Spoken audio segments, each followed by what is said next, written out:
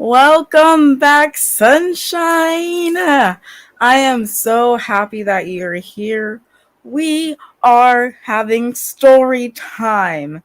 Yes, story time. I decided to pick up a Disney Advent calendar. I've never had an Advent calendar, and this particular one I like a lot because it's all about Disney stories. I loved Disney when I was growing up, and I still love Disney today. Since today is Day 5, let's go ahead and open to find number 5 and then read the story. Oh, this was easy to find. Here we go.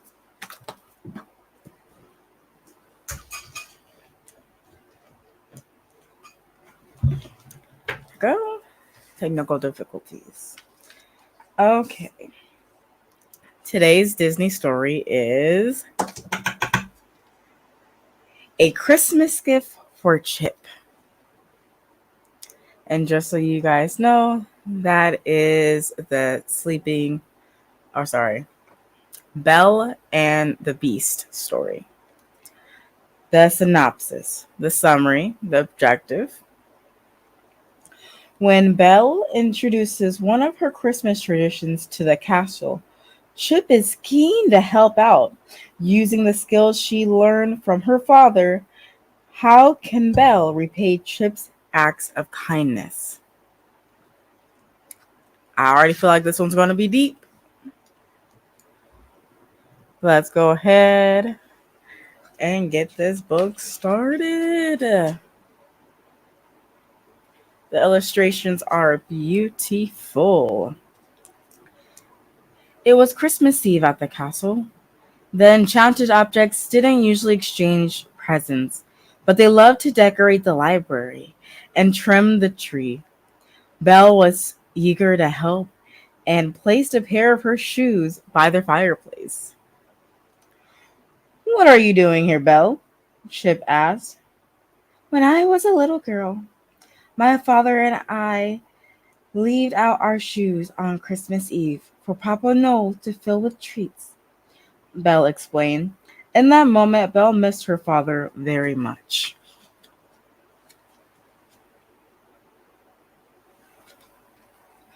Just then, Chip's expression changed. "What's the matter?" Belle asked. "I'm a teacup," Chip said, hopping onto Belle's palm. "I don't wear shoes. What if Papa Noel can't find me?" Belle smiled. "You might be a teacup now, but you weren't always. Do you have any of your old shoes lying around?" "Yep," Chip replied. "All the enchanted objects do." Belle and Chip jumped into action. They raced from room to room, gathering pairs of old shoes for Chip, Mrs. Potts, Limbre, and Clogsworth.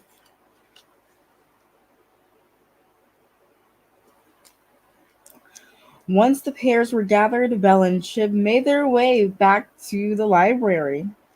They neatly, my apologies, I'm speaking fast. They neatly arranged her shoes in front of the fireplace, then took a step back to admire their work. A little while later, Mrs. Potts announced it was bedtime for Chip. "But I'm not tired," Chip said, swallowing a yawn. Mrs. Potts and Bells exchanged a smile, then tucked the sleepy teacup into the cupboard.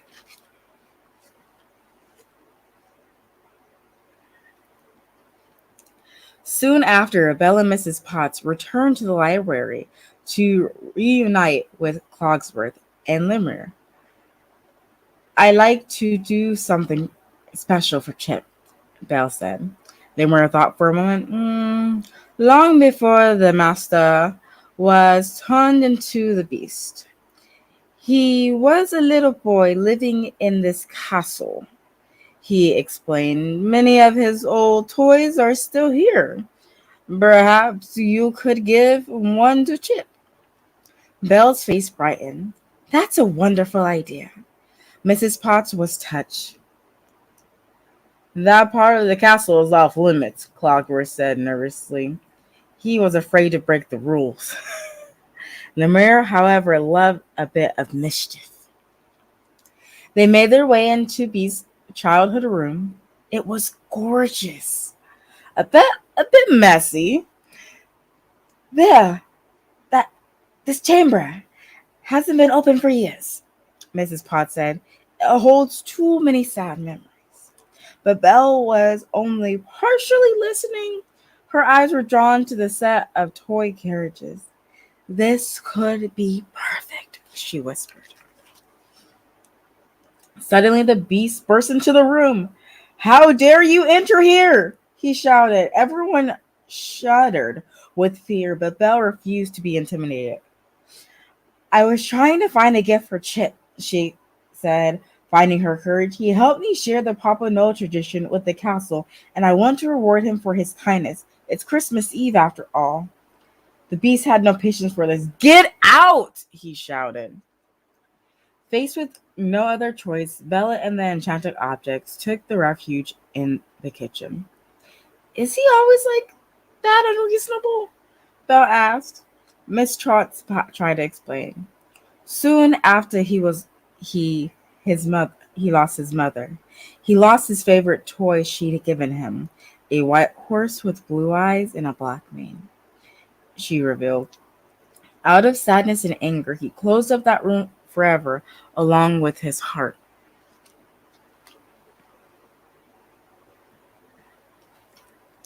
Belle felt sorry for the beast, but she wouldn't be swayed. As the enchanted objects drifted to sleep, Belle returned to the beast's childhood room while searching for Chip's gift.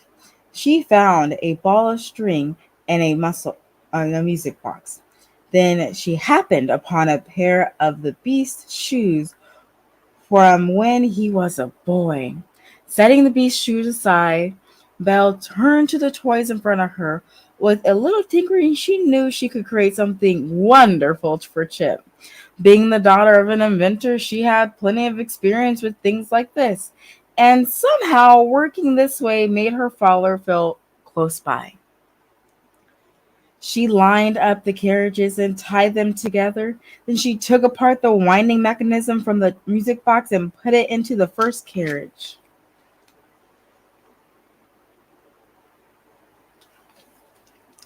Belle worked long into the night. Now all she needed was something to wrap the gift with. She opened a drawer and deep at the back, she found a spool of red ribbon. Perfect, she whispered as she reached inside. But behind the stool, Belle discovered something even more precious. It was Beast's lost horse. Ever so gently, Belle held the toy in her hand. You've been missed, dearie. It's about time you were found.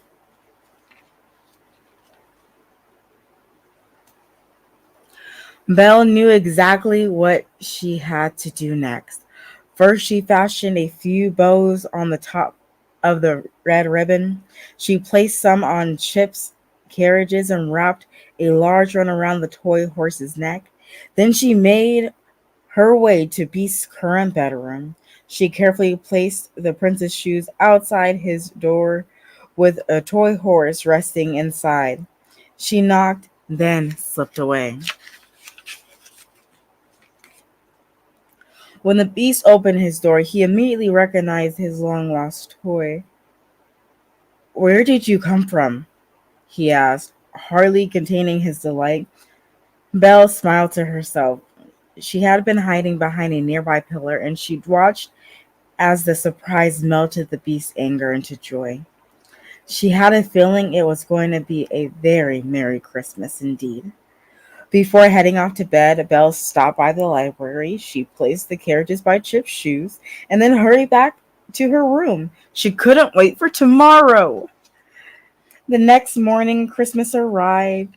Belle and the enchanted objects hurried into the library. The objects usually enjoyed a cozy fire in the freshly decorated room, but this year something magical had happened.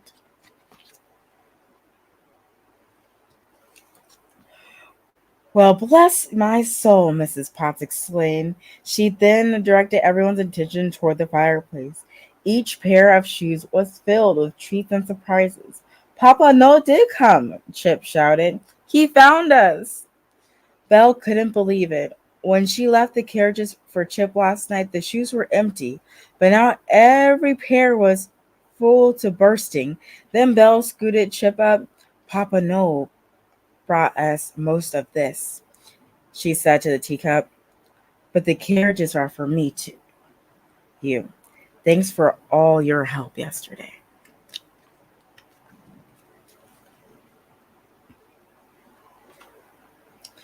Wow, Chip replied. Thanks, Belle. Belle smiled and then revealed the final surprise. This may look like ordinary carriages, but they're not. These carriages can move on their own, she explained, then turned the crank and the carriages drove by themselves as if by magic. Just then, the beast poked his head into the library. Belle convinced the beast to join them, and he walked over to the fireplace. I'm sorry I was so angry yesterday, the beast confessed.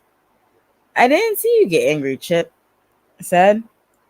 That's right, the beast said, turning to the young teacup. You didn't, but I heard you played a big role in bringing Papa Noel back to the castle. Chip blushed and hopped onto Beast's shoulder.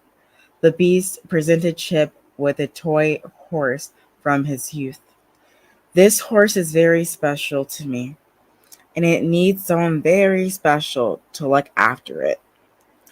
I was hoping that could be you, the beast explained. I'd be honored, Chip replied. A happy tear ran down Mrs.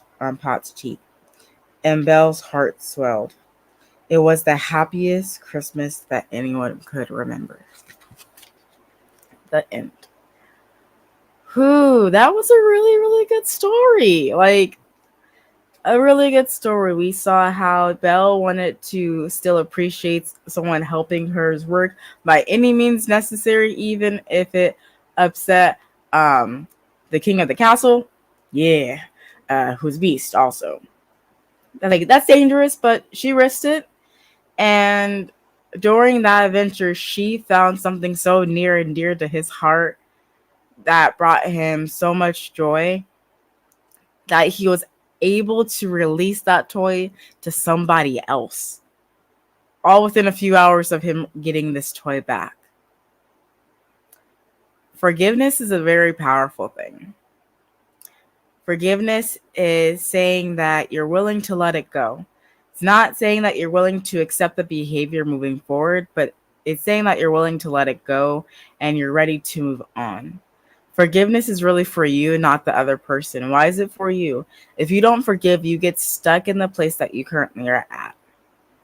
And why do you get stuck? The reason why you get stuck in the place that you're currently at is you're generally always thinking about the past events, always over and over, reliving the emotions, shutting yourself off, and wanting to, I would say, how do I say this nicely?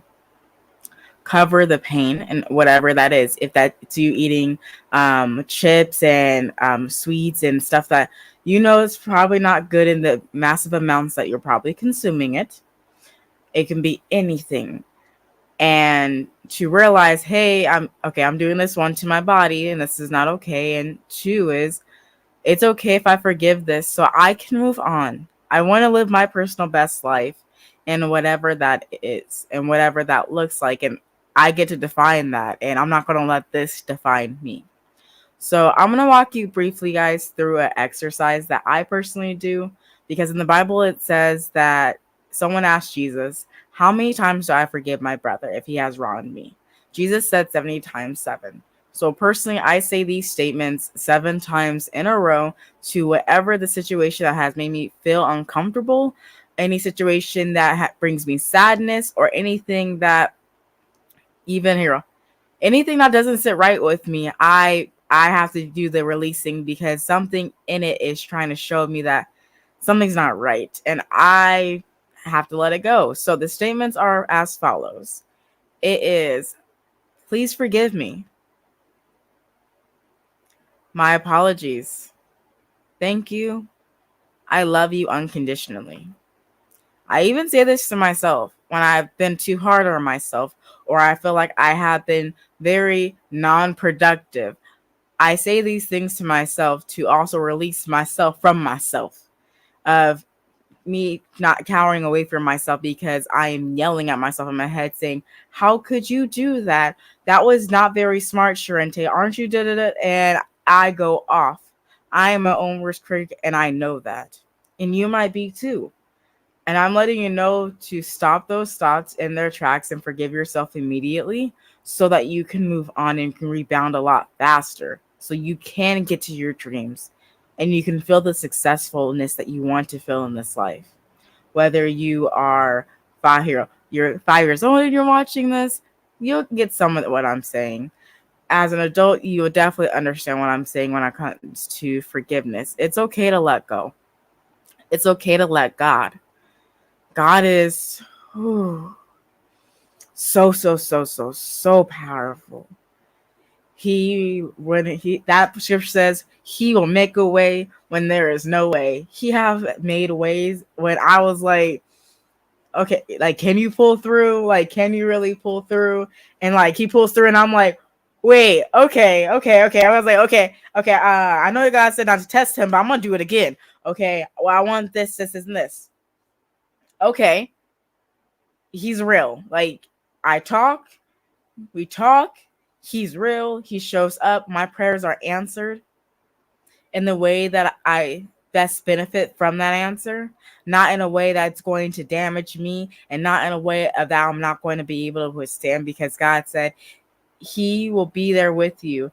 And he said to cast all the burdens onto him because he can shoulder it so that you can walk lightly in your path.